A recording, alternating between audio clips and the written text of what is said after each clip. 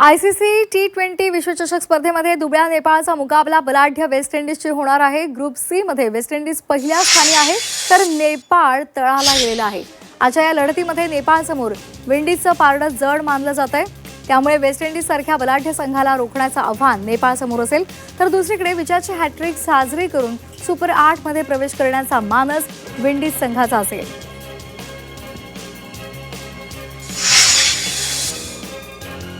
ICC T20 विश्वचषक स्पर्धेच्या group A मध्ये अमेरिकेची लढत नामिबियाशी होणार आहे।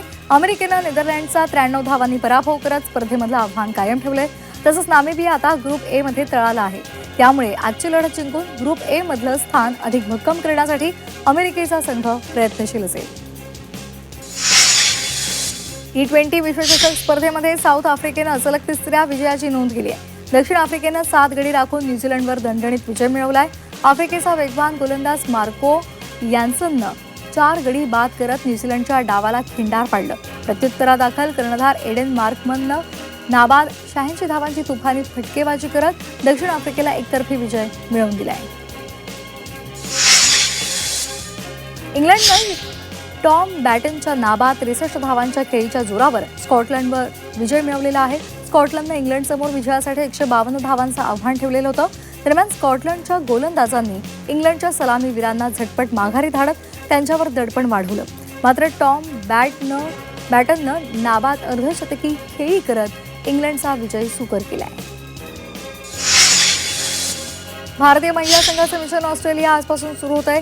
भारतीय महिला विरुद्ध ऑस्ट्रेलिया महिला संघ यांच्यामध्ये सिडनीमध्ये पहिला T20 सामना रंगणार आहे। भारत आणि ऑस्ट्रेलिया यांच्यामध्ये 3 T20 सामन्यांची मालिका रंगणार आहे। त्यामुळे सलामीची लढत जिंकून मिशन ऑस्ट्रेलियाची सुरुवात जोमात करण्याचा इरादा हरमनप्रीत कौरच्या भारतीय संघाचा असेल। भारताचा माजी फिरकीपटू अनिल कुंबळे आणि माजी फलंदाज राहुल द्रविडचा कर्नाटक क्रिकेट असोसिएशन सन्मान करणार आहे। बंगळुरूमधल्या एन चिन्नास्वामी स्टेडियममधील 2 स्टँड्सना या दोघांची नावं देण्याचा निर्णय घेतलेला आहे। या दोघांसोबत भारतीय महिला संघाच्या माजी कर्णधार शांता रंगास्वामी यांचंही नाव स्टेडियममधल्या एका स्टँडला दिलं जाणार आहे। क्रिकेटमधील मुलाच्या योगदानाबद्दल हा सन्मान केला जाईल। आणि आता इतरही बातम्या पाहणार आहोत वेगवान पद्धतीनं। येवल्यामध्ये शिवजयंती, एकलव्य जयंती आणि रमजान ईद या सणांच्या पार्श्वभूमीवर पोलिसांनी शांतता समितीची बैठक घेतली। कायदा सुव्यवस्थेचा प्रश्न होऊ नये यासाठी आणि त्याचबरोबर जातीय सलोखा राहावा यासाठी पोलीस निरीक्षकांच्या अध्यक्षतेखाली बैठक पार पडली।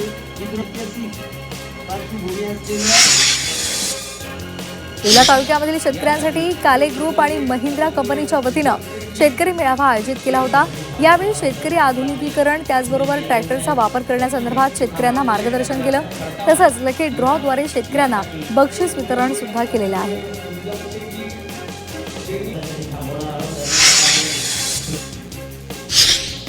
सांगलीच्या ईश्वरपूरमध्ये एक अनोखा व्हॅलेंटाईन डे साजरा झाला। चिमुकल्यांनी शेतकऱ्यांच्या प्रति कृतज्ञता व्यक्त करत हा व्हॅलेंटाईन डे साजरा केलेला आहे। मुक्तांगण प्ले स्कूलच्या 6 वर्षांखालील लहान मुलांनी रेढरे धरण इथल्या शेतकरी ॲग्रो परिसरामधल्या शेतामध्ये जाऊन प्रत्यक्ष शेतीचा अनुभव घेत व्हॅलेंटाईन्स डे साजरा केला। सांगलीच्या मिरजमध्ये संजय भोकरे महाविद्यालयामध्ये सौहार्द सोहळा आयोजित केला होता। यावेळी मंत्री मुरलीधर मोहोळ यांच्या हस्ते ऑल इंडिया जर्नलिस्ट असोसिएशनच्या वतीनं देण्यात येणाऱ्या पुरस्काराचं वितरण झालं।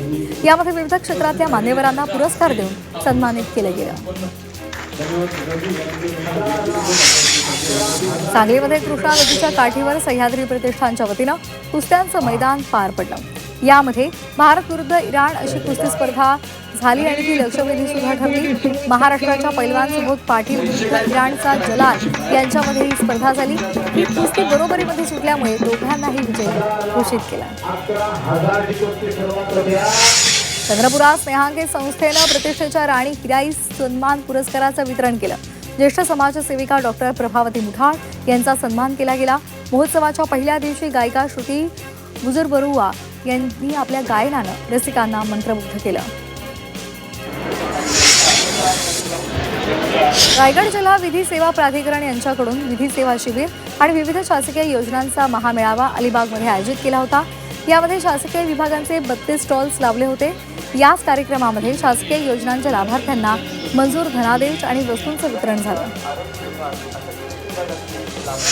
DGCAनं वैमानिकांच्या मद्यप्राशन चाचणीचे नियम अधिक कठोर केलेले आहेत। या चाचणीचे व्हिडिओ रेकॉर्डिंग्स करण्याचे आदेश यंत्रणांना दिलेले आहेत। तसंच हे व्हिडिओ रेकॉर्डिंग्स किमान 6 महिने जतन करून ठेवण्याचे आदेशही DGCAनं दिलेले आहेत। मुंबई महानगरपालिकेच्या CBSE, ICSE आणि IGCE आणि IB मंडळाच्या शाळांमध्ये प्रवेशांसाठी अर्जाची पडताळणी पूर्ण झालेली आहे। प्रवेशांसाठी विद्यार्थ्यांची यादी जाहीर केली आहे। नर्सरी वर्गासाठी सर्वाधिक 1343 विद्यार्थ्यांची निवड झाली आहे। यंदा 10वीची परीक्षा होता तत्काळ 11वी प्रवेश प्रक्रिया सुरू करण्याचा निर्णय शिक्षण विभागाने घेतलाय। गेल्या शैक्षणिक वर्षामध्ये 10वीचा निकाल लागल्यानंतर डिसेंबर 2026 उजाडून सुद्धा 11वीचे प्रवेश सुरूच होते। त्यामुळे विद्यार्थ्यांचं मोठं शैक्षणिक नुकसान झालंय। हे नुकसान टाळण्यासाठी शिक्षण विभागानं आता कंबर कसली। मालेगाव महापौर यांचा मोठा सत्कार झालाय। यावेळी महापौर यांना छत्रपती शिवाजी महाराजांची प्रतिमा भेट देण्यात आली आहे। तसंच या सत्कारामुळे महापौरांनी आयोजक आणि नागरिकांचे आभार मानले। महाराष्ट्र विधान परिषदेच्या सभापती नीलम गोऱ्हे यांनी चांदवडमधल्या रेणुका मातेच्या दर्शनासाठी त्या आलेल्या होत्या आणि यावेळी त्यांनी उपमहापौरांच्या कॅबिनमध्ये लावलेल्या टिपू सुलतानच्या प्रतिमेबद्दल प्रश्न विचारला। त्यानंतर मालेगावच्या उपमहापौरांनी छत्रपती शिवाजी महाराजांचं शिवचरित्र वाचावं असा सल्ला सभापती नीलम गोऱ्हेंनी दिलेला आहे।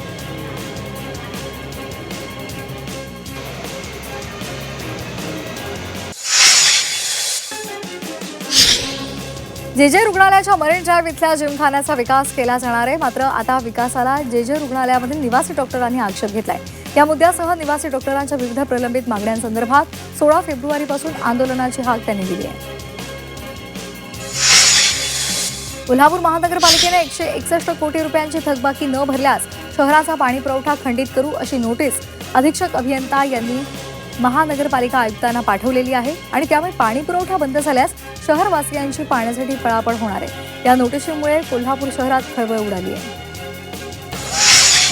मुंबईमध्ये गेल्या 8 दिवसात तापमानात 3 अंश सेल्सिअसची वाढ झाली आहे। फेब्रुवारीच्या पहिल्याच पंधरवड्यामध्ये उन्हानं अचानक जोर पकडला। आज ही उष्णता कायम राहील असा अंदाज व्यक्त केला जातोय। भंडाऱ्यामधील वरठी इथे पोलीस स्टेशनमध्ये बाळाच्या विक्री प्रकरणामध्ये तक्रार दाखल झाली आहे। यानंतर बाळाच्या विक्री करणाऱ्या डॉक्टरनं स्वतःवर प्राणघातक हल्ला केला। ब्लेडच्या साहाय्यानं डॉक्टरनं स्वतःच्या पोटावर वार केले। या घटनेमुळे परिसरात खळबळ उडाली आहे। चिंचवड शहरामध्ये सोनसाखळी चोरीच्या वाढत्या घटनांना आळा घालण्यासाठी काळेवाडी पोलिसांना यश आलेलं आहे। पोलिसांनी सराईत आरोपीला अटक केली आहे। या आरोपीकडून 6,05,000 रुपयांचा मुद्देमाल जप्त केला आहे। कोल्हापूरमध्ये भरधाव कंटेनरनं दुचाकीला धडक दिली। या अपघातामध्ये दुचाकीवरील महिलेचा जागीच मृत्यू झालाय तर पती गंभीर जखमी झालेला आहे। या अपघातानंतर कंटेनर चालक घटनास्थळावरून पळून गेला। मात्र नागरिकांनी पाठलाग करून त्याला पकडलंय।